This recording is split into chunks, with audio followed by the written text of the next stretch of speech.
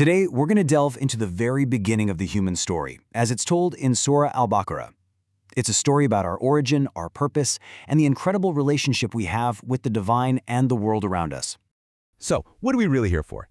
To answer that, we have to go all the way back to a powerful declaration Allah made to the angels, a declaration that truly defines our entire purpose on this planet. You see, our story doesn't actually begin on Earth. It starts in the heavens, with this divine announcement of a Khalifa, a successor, or a viceroy, who is about to be placed on Earth. Just think about that for a second. This single, powerful statement sets the entire stage. Before we even existed, our role was being established, to act as a successive authority on Earth. Now this term Khalifa is incredibly important to understand. As Maulana Maududi explains it, a Khalifa is not the ultimate owner or sovereign. We are trustees, not masters. Our whole job is to fulfill the will of the true owner, Allah, using the authority He's given us. It's a profound concept that speaks to everything from how we treat the environment to how we establish justice. Now, you might read this and think the angels were objecting, but it wasn't an objection at all. It was a sincere question. They understood that this new being would have free will, and from their perspective of perfect obedience, they just couldn't yet see the wisdom in it. And Allah's response, well, it wasn't a simple explanation. Instead, He gave a demonstration, a powerful one, that showed the unique qualification this new creation, Adam, truly possessed. And right here, this is the crucial distinction. The foundation of Adam's special station wasn't just about a greater capacity for worship. It was about knowledge. He was given a cognitive ability that was completely unique. Maulana Maududi explains this so beautifully. Think of it this way. The angel's knowledge is incredibly deep, but specialized. The angel of the wind knows everything about the wind, but not necessarily about the mountains. But by teaching Adam the names, Allah gave humanity the capacity for comprehensive knowledge, the ability to learn, to label, to understand the nature of all things. And that's it, right there. That's the core reason for our appointment. Our role as Khalifa requires more than just pure obedience. It needs us to be able to acquire and apply this broad, comprehensive knowledge to manage the affairs of the earth. That was our key distinction. Okay, so Adam's unique capacity is now clear to the angels. And what comes next is a direct command, a command that will become this ultimate test, revealing the true nature of both humility and absolute arrogance. This was such a pivotal moment. And we have to be clear, this wasn't a command to worship Adam, not at all. It was a command to acknowledge his divinely appointed role through an active submission to Allah's will.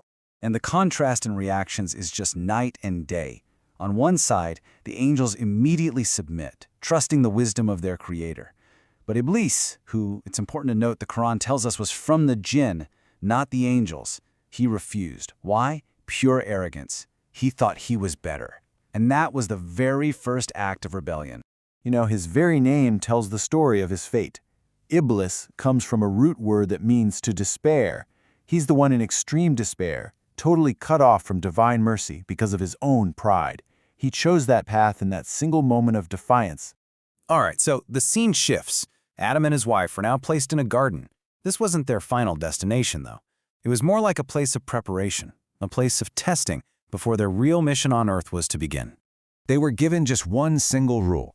Don't go near this particular tree. But Shaitan, well, he did what he does. He whispered, he tempted, he deceived until they slipped. And this moment really showed the challenge of sticking to divine commands when you're faced with temptation. Now, here's a word we really need to understand. In their prayer of repentance, Adam and Eve say they committed zulm, and this word is so much deeper than just a mistake. It means injustice, a serious wrongdoing. And Maulana Maududi gives this incredible breakdown of the concept. He explains that this one act was actually a threefold injustice. First, it was an injustice against Allah because His basic right is to be obeyed. Second, an injustice against creation because they used their God-given abilities for a purpose their owner didn't intend. And third, an injustice against themselves by putting their own souls at risk. It's just so profound. But here's the beautiful part. This story of a human mistake doesn't just end in a permanent fall. No, it immediately and beautifully transitions to themes of repentance, forgiveness, and the infinite, boundless mercy of the divine. And this is the absolute key lesson for all of us. Unlike Iblis, who just dug in his heels in arrogance, Adam felt immediate remorse. And the moment he turned back to Allah, Allah turned to him in mercy. This right here establishes the foundation of our relationship with Him. The door to forgiveness is always, always open. So it's so important to reframe this entire event. The plan from the very beginning was for humanity to be the viceroy on earth. So the test in the garden, it wasn't a prelude to punishment, it was a preparation for the mission. It was a profound lesson in temptation, in making a mistake, in humility, and in the limitless mercy of the Creator. And so, this incredible story leaves us with something really deep to think about. The human journey on this earth. It doesn't begin with perfection. It begins with a slip, a recognition of that slip, and then the experience of divine forgiveness. Our whole lives are really defined by this continuous cycle. We strive, we sometimes fall, but we always, always have the chance to turn back to the one who is the all-accepting, the most merciful.